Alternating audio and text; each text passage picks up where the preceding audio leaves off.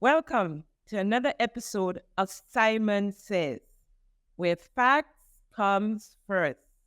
It's your host, Jenny Simon. And today, as promise kept, we're going to wrap up the first year anniversary of the NDC administration in office. And we have some other interesting topics to deal with today. Don't leave. Don't touch it down. Stay put. We'll be right back. Thank you for tuning in to Simon Says. To ensure that you never miss an episode, click subscribe and make sure to turn on the notifications by clicking on the notification bell icon. See you at the next episode.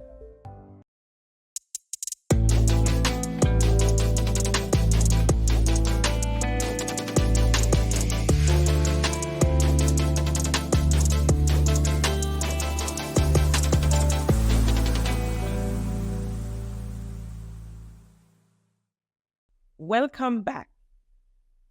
So, first of all, let me say, my dear son, John T., it's been laid to rest today. And in honor of him, I wear my rainbow bracelet. And I just want to say, may his soul rest in eternal peace. John T., see you one day, someday, hopefully. May his soul rest in eternal peace.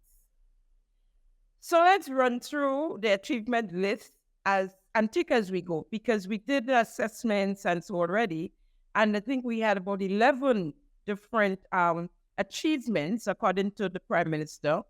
So we're going to run through that very quickly and tie this thing up today.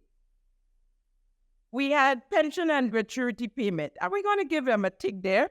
Because they did promise and they did pay it. As I said before, nobody knows why the former government didn't pay it, and they had the money to do so. And so we're going to give them a tick. But as I am on pension, there's something that I needed to say and want to speak about. Pension when it comes to the parliamentarians. And we know that NDC, of course, when I was a part of NDC, and the NDC followers and members, we spoke a lot about the 2 terms. After 8 years, a parliamentarian can get their pension and the gratuity, right?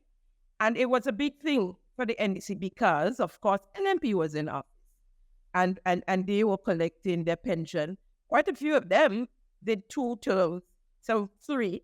Number 10, for example, she did 2 or 3 terms. So she would go home with a pension. She would be collecting a pension and got gratuity. And there were others. So it was a big thing. And of course, when we compared it to the public servants, of course, some who worked 20 years, 17 years, 15 years, be it 5 years, and got to retirement age and didn't get a pension. And it was understandable. You could understand why there was a comparison. But now everything is in order. Our public servants are going home with pension now. And the ones that was home are receiving their pension. So where are we with the pension for the parliamentarians?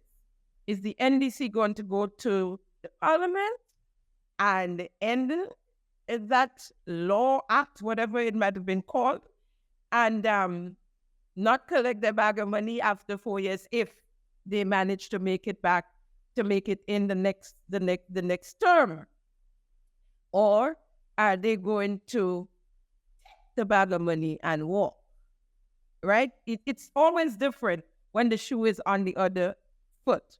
But food for thought, and we have to follow that and look at it to see if, in fact, the NDC would keep the law that allowed them to get a pension and gratuity after 8 Yes.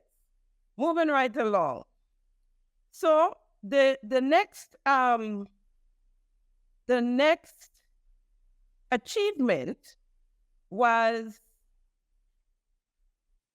dog salaries. Dog salaries paid to the teachers. As we said, it was illegal, but it was paid. They had the money. The money was right there and available, so they were able to pay the teachers and give them a tick for that one because it was done.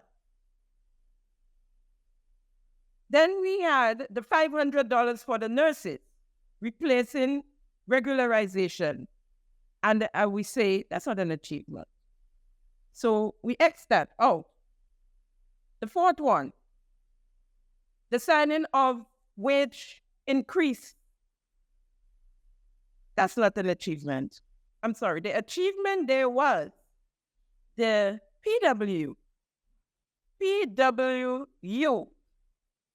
They achieved getting the government to sign up on the fringe benefits. So we listen to Mr. Grice, the president of the PWU, as we speak on what they were able to accomplish. Now, I just want to get into the whole package. In my view, yes, we did not get all that we asked for, but I think this particular negotiating cycle, this particular period, has been groundbreaking, right? The first thing in terms of big ticket items, I want to speak on it because it's important to celebrate our victories, small and large. This is the first fringe benefit agreement we would have had in over 10 years. That is very, very significant. I think both the employer and the unions and workers should be happy about this. Very, very importantly, and I know I was speaking to a contract worker up here, this package has in it a clause stating contract workers will get the increases, even fixed-term contract workers. This is monumental. This is groundbreaking. In the past, we have had very, very serious battles with the past administration in terms of members of our bargaining unit being left out in terms of their ability to secure increases.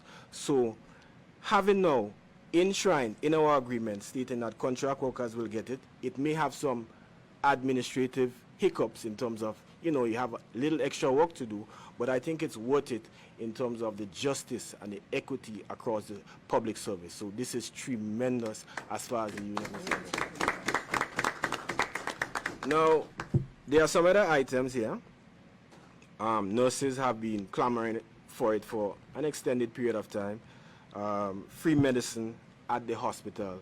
All our friends in the police service. I'm not going to call it the police force, the police service, the Prime Minister. Yeah. Yes, the police is here. Yeah. So nurses and doctors will be able to get free medicine, right? And this is something, like I stated, they have been clamoring for years. So now it has become a reality. It has come to fruition. Very, very important, and this one is very dear to me, the ex gratia. Unestablished workers are going home at times with minuscule, sometimes embarrassingly low monthly payments after they would have retired. One something, whatever it is, 300 if some are lucky. But now, the Grenada Public Workers Union have negotiated with government, and government have agreed that the minimum unestablished workers will go home with, the bare minimum would be $500. It is a step in the right direction, right? Last but not least, I'm not going to speak about the uniform allowances and so forth. We have, should I? No. Yeah, no. Yeah. No. All right, okay. Last but not least, very, very, very, very important is the fact that this government has agreed to pay in terms of our health insurance, because we have a medical health insurance with Sagico, 55%, and the members will pay 45%. This is significant.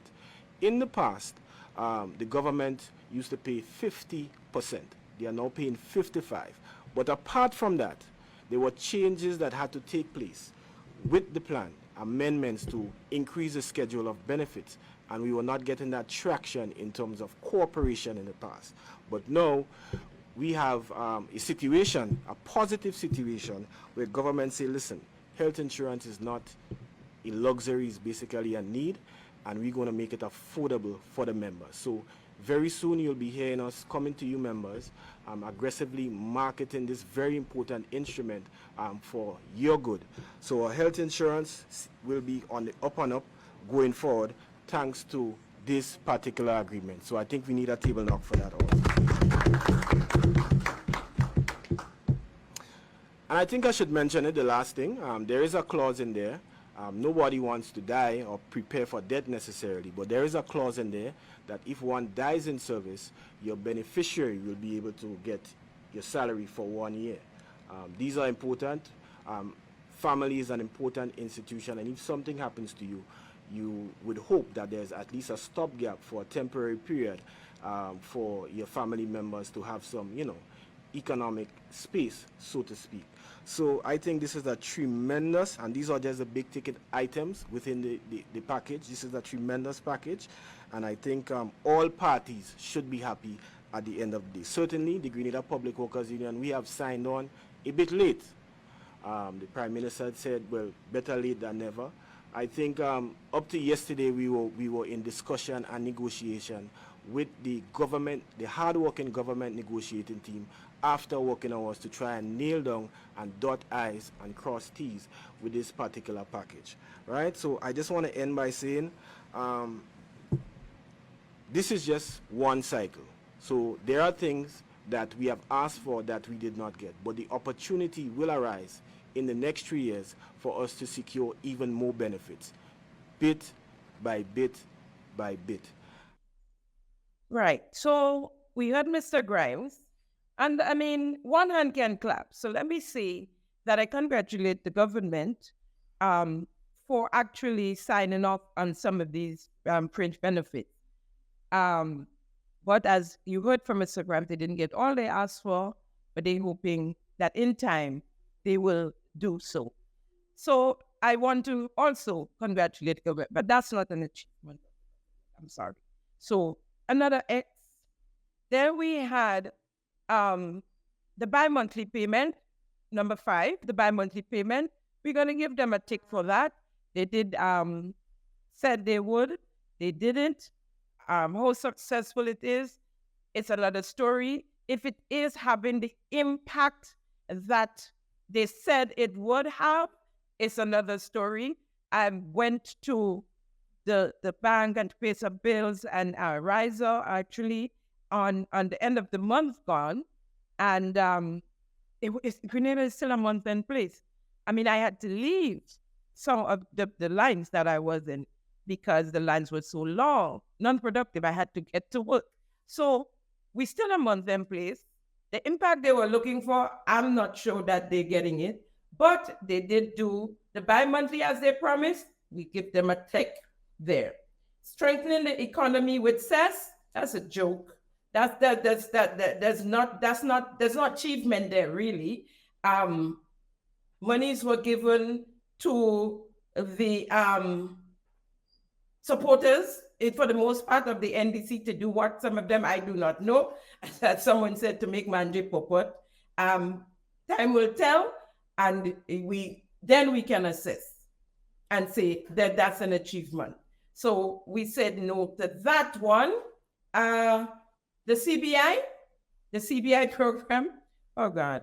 Well, even from the last time I did the CBI to now, there's so much more information that I got from the CBI. But today is not the day for it. As I said, I have a very important topic to deal with coming up. So I'll move right along, except to say that it is not an achievement of the NDC. It is an achievement, the CBI program is an achievement of the NNP. I mean, nobody could take that from the NNP, good or bad, whether you like the program or not. It's an NNP achievement since the 2013, August of 2013, that the act was passed, and the Prime Minister, the Minister of Finance, Mr. Dennis Cornwall, and the advisor and special envoy, Miss Andrea St. Bernard, they were agents during the NNP reign. So how now you reach to claim it as an achievement, it baffles me, right?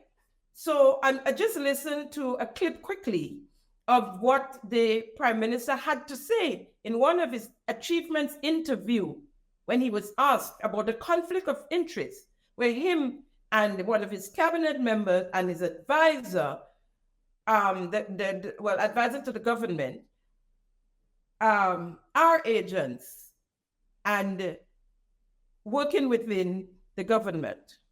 Prime Minister, what have you done and other members of your administration who were CBI agents before the election to ensure to minimize notions of conflicts of interest? So in other words, as your law firm is registered as a CBI agent, so is Mr. Cornwall and Ms. Andrea St. Bernard, what are you doing to ensure that there are no conflicts of interest there?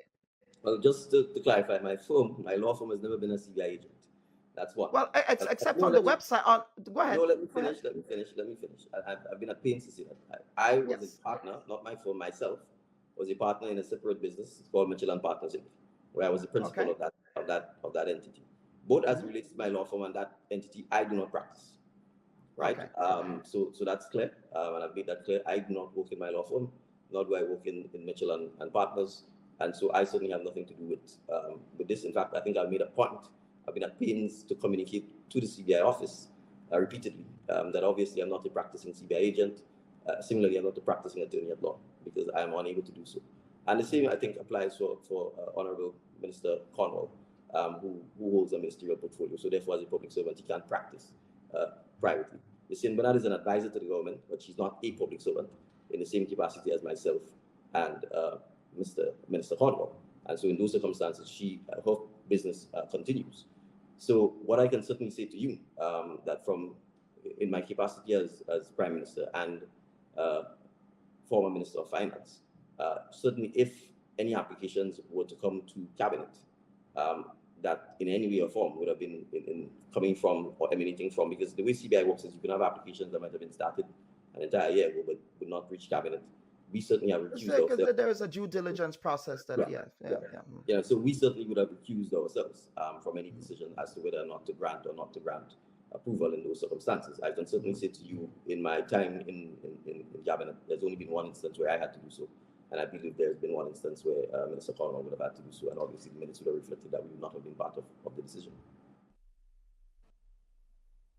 I did speak about that before when initially that the Prime Minister said that him and his Minister of Finance will recuse themselves from the Cabinet when the discussions come up about the CBI agents and so. And it's just a lot. It's funny. And we also, Simon said, asked the question, still, is the Prime Minister benefiting from Mitchells and Partners? Is he not a member of Mitchells and Partners anymore? Even if he's removing himself from Cabinet, or he said he doesn't work, actually have a day job with these agents, companies anymore. But is he receiving benefits? Because the company is Mitchell and Partners. So removing yourself from the email, changing the email address and all of that, it doesn't help. To me, that's a joke, really. That's a joke. And that is deceptive, for want of a better word. Or, it is deceptive when it comes to how you deal with the nation and what you try to make us believe, right? That you're not benefiting from CBI agents. But then why are you recusing yourself from the Cabinet? You're the manager. You're the first person in Cabinet.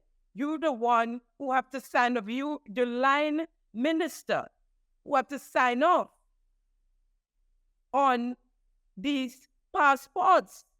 When somebody is becoming a citizen, you have the last say. So even if you remove yourself from the Cabinet when they're discussing it, who is signing off? on the agents, right? We need to know, we need some answers. We need more answers, right? So I have a clip where our now Attorney General, when she was a badger on NDC in the days when I was there as well, speaking about and demanding what should be done with the CBI program, the same CBI program that our government now is working with. Let's hear what the good lady had to say. NDC therefore demands that there must be substantial changes to the CBI law now. These changes must include: 1, making it a criminal offense punishable by long jail time to sell diplomatic passports. 2, making it mandatory for the names, addresses, and countries of origins of all persons applying for and obtaining CBI status to be published. 3, making it illegal for government officials to invest in CBI-approved project. This is a clear conflict of interest. 4, requiring stringent due diligence that is not influenced by government officials. 5, removing some of the powers of the minister into the hands of an independent, qualified body. And 6, barring persons acquiring CBI status from being able to vote in our elections. Need I say anything? That is clear. It is clear. I've been a part of it. The NDC, we had the last leader of the NDC, Mr. Lazarberg, he had a phrase saying, our passports are being sold as fish cake on the market. I rest my case. The CBI is not an achievement of the NDC. We're moving right along. We move to education and the removal of school fees. And as we said, as Simon said, told you, parents are paying fees. And before, really, the schools are not ready. And I had said that when I was on the narrative before. And I said that parents really, there wasn't a school fee per se, as you paying an entrance fee, but there were fees, security fees, cleaning fees, sportswear fees. Some school included their tie and their crest and stuff like that, that added up. And parents had to pay that fee. Well, parents still have to pay that fee this time around. So they came in June. In September, parents didn't have to pay fee. I'm not sure what happened during that year with the schools and how they had to and how they performed some of these duties.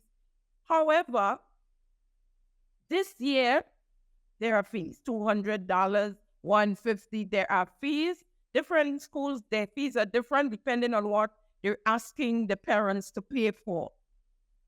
So there are fees. So that one is a scratch off. The universal education, which I always smile when I said it, because I said before that was a rush to make the achievements list. And it did. But it's not an achievement yet. Let's see what happens from September. Let's see what happens after that, and how that if there are programs so to accommodate the kids that are not academically inclined, if there's the capacity, the school, if there's enough space, if the school are not overcrowded. I mean, GBS has already had some 800 or something boys, and I'm hearing they have another. I don't quite remember the figure now, but a huge figure to add to that. So that school is overcrowded. It's boys. They have a lot of problems with that school at the moment, right? And so let's see how that pans out. You can't take that as an achievement yet. So that is another X. We X that out. And then they moved to social assistance. And we were told that there was abuse within that program, right? We were told so. We don't know that. We were told there was a cabinet conclusion months ago, almost a year ago, and we can't find it yet. So we don't know that. And then if you listened to my program last week and saw Mrs. George and heard her,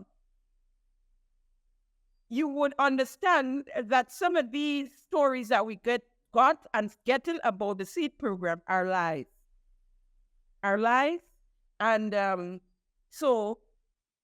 the social assistance programs, they're not achievements of this NDC. It actually started in NDC years ago. And I say this NDC because they are separating themselves from the previous NDC. They have done so. The Prime Minister made a statement in Canada which solidifies that they do not associate themselves really with the former NDC. It's a new NDC, right?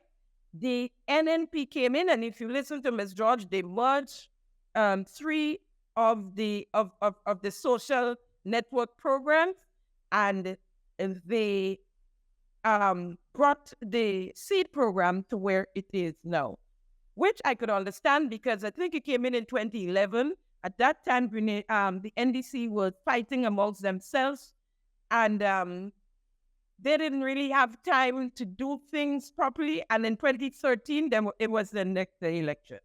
So the program developed, and as they would say, took legs after the NNP came in 2013. And you heard it from Ms. George herself. And she trained with the World Bank, and the World Bank thought Grenada was a flagship program.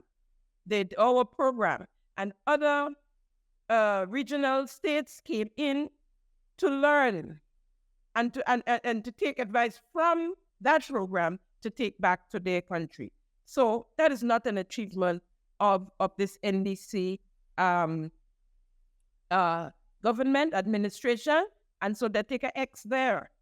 Still on the social assistance, the 647 low-income houses.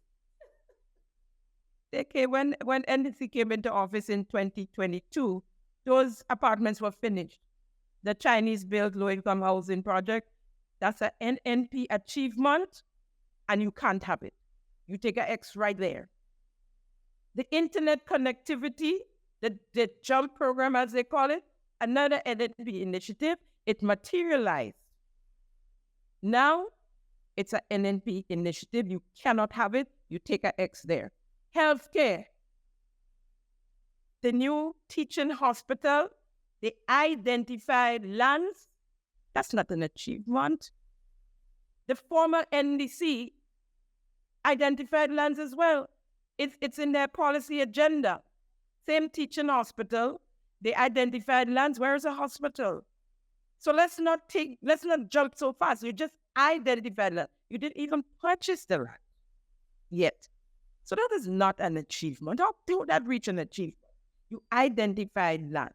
And each government, even the NNP, after they came in 2013, they were building a new hospital as well. So we've heard about the new hospital. They campaigned on a new hospital as well. So that is not an achievement. That one goes by as well. We take an X right there. Agriculture. You know, every time I see the achievements of agriculture, it saddens me because I'm thinking in a year, and we always say agriculture is our backbone. It's one of the pillars that our country should stand on. Yes, we do tourism, and you know, we have a lot we get from tourism, but we always say they come hand in hand. Tourism and agriculture, they come hand in hand. And we need to feed our people, even if our tourism is just to feed our people for security. We have to get our agriculture going, right? And so when we speak about bringing back the return of the MNIB as a private-public partnership, PPP, it's not an achievement because it didn't even return yet. As a matter of fact, you wonder what's happening with MNIB, because the retail outlets were supposed to be closed. I'm not sure about the one in downtown on Young Street, because I don't really do St. George's much.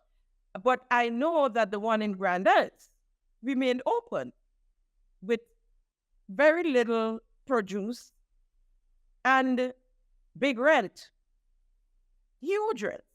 So I'm not sure what's going on there. However, the return of it has not returned as yet. And we're not sure what's coming to us. So that cannot be an achievement. The Windward Fish Complex, that's also under the agriculture. Well, I guess land and fisheries. I think that's one ministry. So I'll give them a tick there. So they got a half, because they are rebuilding and redoing that whole fishing complex. And from what I heard, it sounded it's going to be a good thing for Carriacou. It's going to be for Carriacou and Petit Martinique. So we give them a half. And so 3 ticks, 3.5. 3.5 ticks from 11, and so far. But that's it really. But I want to talk a little bit of agriculture whilst we are on agriculture. I've seen in an article that the Minister of Agriculture signed an MOU with the St. Vincent government, of course, through their Minister of Agriculture.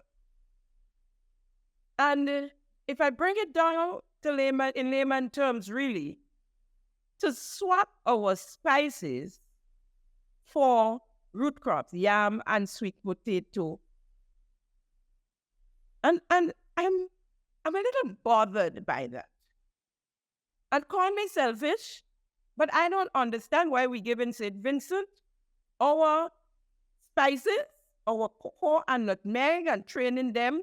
He said, and I would quote here, we have planting materials and spices that St. Vincent don't have.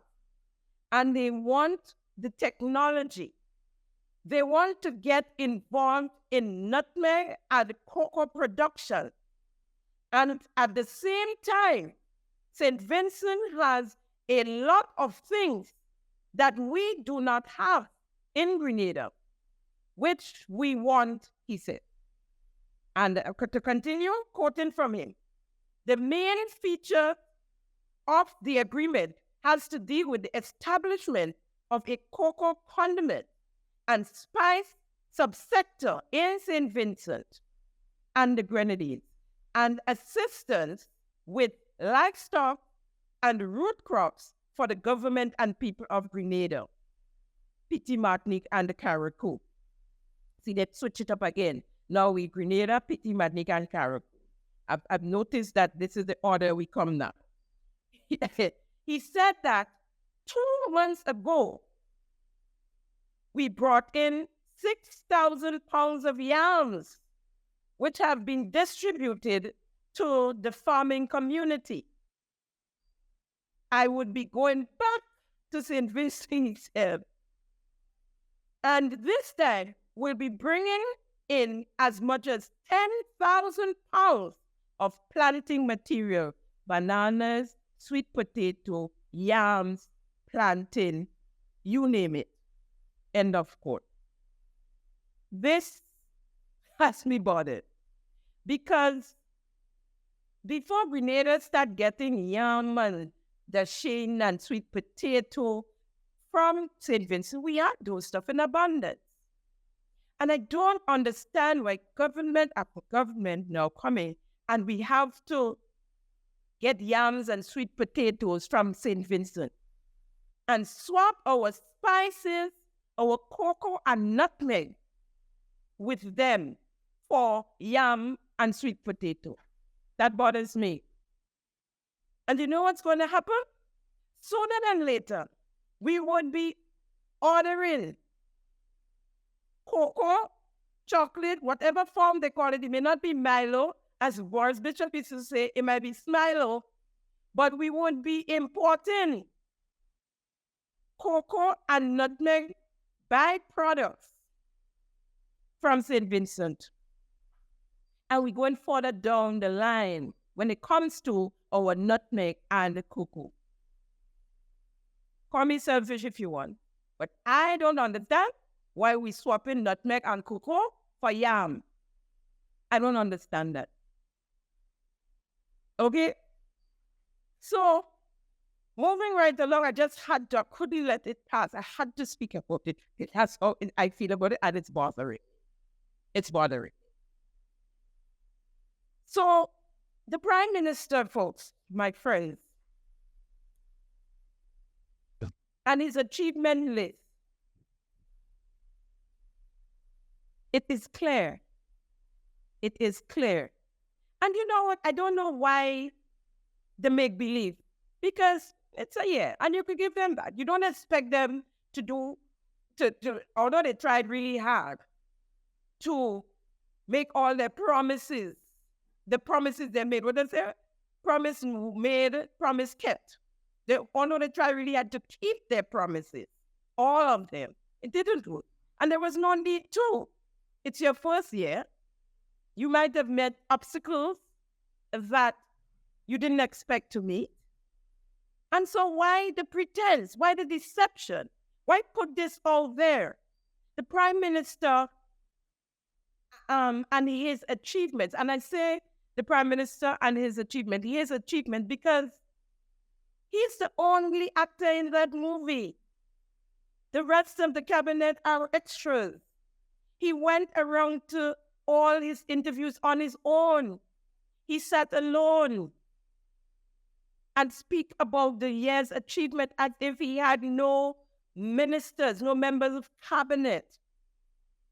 I don't understand it. Not once one of them were there to join in and to say how they did with their ministry and what they achieved at their ministry. He had to say it all.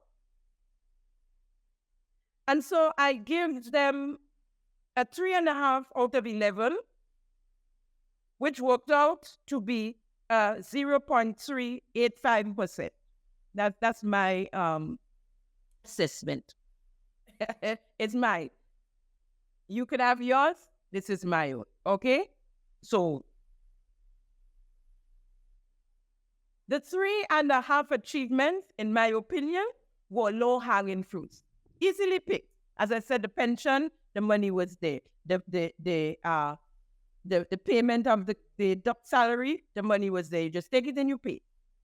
The bi-monthly, you have members of staff in the ministry, mathematicians, and so that was easy. You sit down, you worked it out. One bi-monthly is there. Low-hanging fruits, easily picked. So now we need to see some heavy lifting. Time to see some heavy lifting.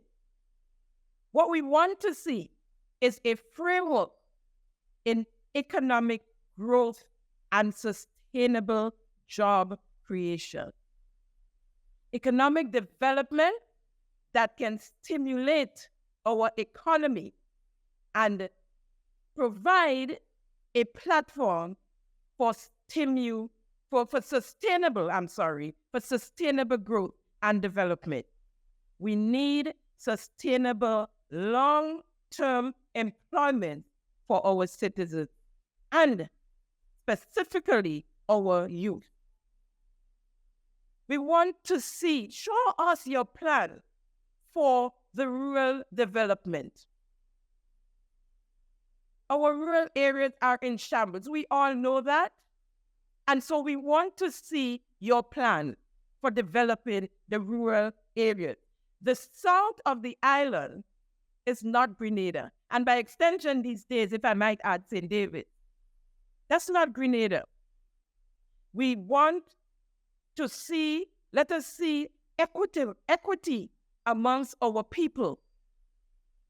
So we need to see a development, the developing of the rural areas, the rural parishes and the communities. How about small businesses? Small business development. And don't talk about cess. As I said before, cess was a NDC playground, a playing field. You all had your time, the money gone. We don't know who get the money, what they're going to do with it. We need to see that. We need to see that materialize before we can say, yes, CES has done that. So what we need, Mr. Prime Minister, is jobs, jobs, and more jobs. Not jab, jab. Jab, jab in parliament, jab, jab. No, not jab, jab. We need jobs for our youth, especially. We need to engage them. That's a whole nother program, because we see what's going on these days with our youth getting into trouble, youth killing youth. Now we seem to have a problem with depression and our young people committing suicide. We had one this morning or last night. We have another young lady, beautiful young lady, committing suicide. That's two in a matter of days. So that, as I said, that's a whole nother program that I would deal with as well. But for today, I have something very important I need to talk to you all about. And so we'll take a quick break. Don't move. You would want to hear what I have to say coming up. Thank you for tuning in to Simon Says. To ensure that you never miss an episode, click subscribe and make sure to turn on the notifications by clicking on the notification bell icon. See you at the next episode.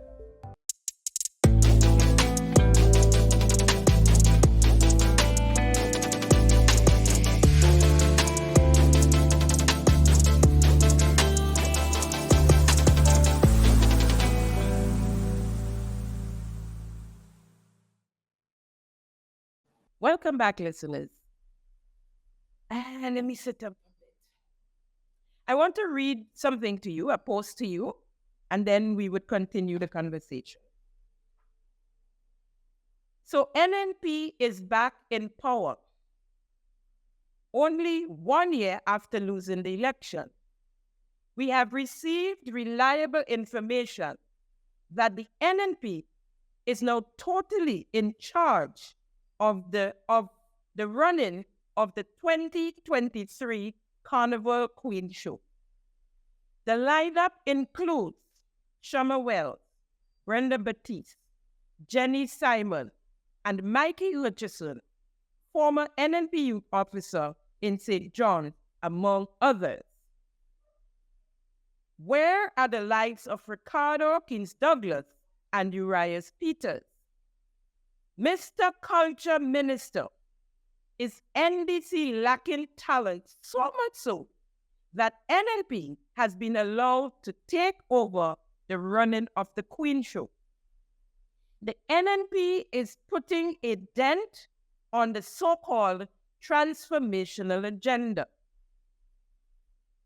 Is it any wonder that Grandpa is going around telling his people that the history of the NDC is only one term?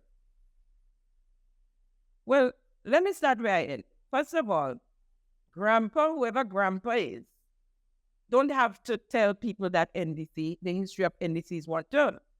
So far, that's a fact. In, was it 99 or 95, whenever they were in office, one term. They did one term in 2008 to 13. It's a fact. So, I don't understand the last part. But anyway, I want to go back here to the NNP list of names. I didn't realize I was the NNP. I know I'm not the NDC. I've resigned from that party. And you see this? Partly one of the reasons I resigned from NDC. That's another program as well. I did not know. But what if I'm an NNP? What if Miss Wells and Miss Batiste and Mr. Hutchison there are NNPs? This is a government that campaign on inclusion. After they won in the parliament, the prime minister spoke of inclusion. These are people who say every now and again, they need all hands on deck. Right? But NNP people or people who support the NNP supposed to starve and die in this country right now because NDC is in there with their transformational agenda. How are you what are you going to transform? Half of the country? As a matter of fact, less than half, because NNP has a bigger base than the NDC. Don't fool yourselves, right? So you're going to transform less than half of the nation, and the others what? Once you don't support NDC, of course you're an NNP, and you're not supposed to eat. I am not on this Queen show. I wouldn't even say committee because it's a group of us. We didn't call it a committee because we didn't want people to be, who is this? And no, we worked together from April of 2023. We've been working with these young ladies. If you go on the site, the Spice Mass Corporation site, those of you who have not been following, you would see how we came with the girls, what we did with the girls, and the improvement, and the fact that more people than ever want to attend the Queen Show this year because of what they've seen and what we've done with the girls. I have been in the beauty business for 35 years. I hosted my own pageant, Miss St. George, with about 4 friends. We did it. It was the best pageant Grenada had ever seen. My daughter, who was very young then, followed me, was by my side along the way, and now is a part of this, training the girls. She have a newborn baby.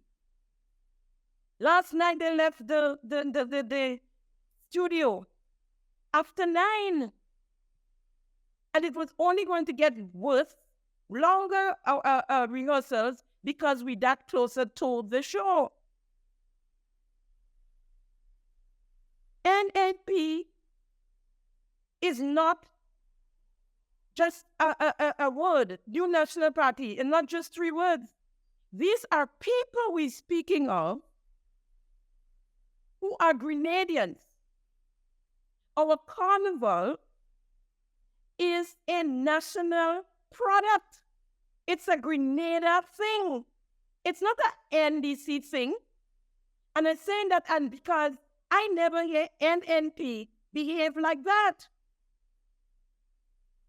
The former CEO of the Spice Mills Corporation was perceived NDC when he got the job when NNP was in office. And as I understand it, when it went to Parliament, it was him and another gentleman who was perceived NNP. And he was most qualified, so he got the job. And I could call, which I won't, names of other perceived NDC people who worked with the carnival as the Spice Mills Corporation during NNP time. This is not a NNP thing, a NDC thing. It's national. And I am a patriot. I serve in Grenada when I'm asked to, and even if I'm not, if there are things that I know that I can do for my country, I will do it. NNP or NDC in office. As a matter of fact, when NNP was in office in 2006 and 2007, I was asked to train the young women in the rural areas in cosmetology. And I did it for 2 years. And when NDC came in office in 2013, being a strong NDC supporter, using my time and resources and doing all sorts of things for NDC, including giving them a place for free as their headquarters when they were locked out of their office for not paying rent. And NDC did not see the need to give me the job to train cosmetologists during their time with my rep. I worked on the GREP with the NNP. I trained, and by the way, my name did, when it was brought to cabinet, one or two of them say she yellow. And the general consensus from the Prime Minister and other members of that cabinet, that is Dr. Mitchell at the time, Keith Mitchell, said is who could do the job. The gentleman who was in charge was a St. Lucian. And he didn't know nothing about Grenada politics. He didn't know whether I was green, yellow, or pink. He came to me because he said, everybody he spoke to about cosmetology, the finger pointed at me. So he came to me and asked me, and I accepted. And so he took it to cabinet. And I got the job. I was in tears today, this morning, when the director responsible for the Queen Show on the board, the SMC board, messaged me with her resignation because of interference from members of the cabinet of this government. They're saying that only NNP that on the Queen Show committee, and they need to balance the thing and all sorts of things, bombarding the chairman. And so when she received a certain email last night from a certain member, she resigned with immediate effect. And I'm here to say that the rest of us follows. Because I am an NNP according to them, and I ain't supposed to, I ain't getting no money for this, you know. I have not, and I don't want. She asked me to help. Again, it's a St. Lucia.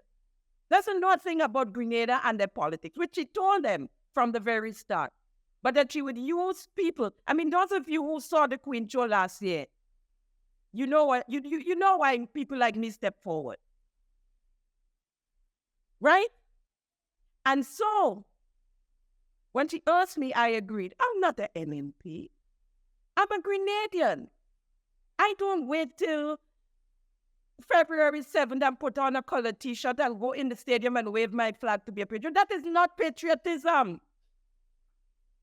That is not patriotism. And so, we said, I give up my time and what little resources I have. Some of you might know we have a studio in town. And these girls have been practicing there since April. And they use it individually now, practicing their talent and whatever else. I didn't do this for no kind of favor and for nobody. I don't want it. I do it as a Grenadian and to see a better product. The only committee that is doing something that has any semblance of carnival coming up. That carnival is 2 weeks away, 3 weeks away at most. It's the Queen Show committee. And you asking if there are no NNP? Maybe not. But we don't care. We wanted to do this. Brenda Batiste is one of the best, if not the best announcers in our era. And so is Shama Wells from her era. And so we make the thing nice.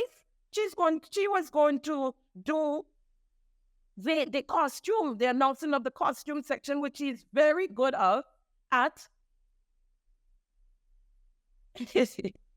And so I wept. And you know why I wept? I wept for Grenada. Folks, we're in a lot of trouble. I wept for Grenada. If a Grenadian cannot partake in a Grenadian product without it being politicized, who is NDC and who is NNP and who shouldn't be there, and you want to see the names of the people involved to know who you're paying, and then you would say yes or no, because we all know what they want to say already, because we've been getting the information and posts like the one I read to you, which we've seen them.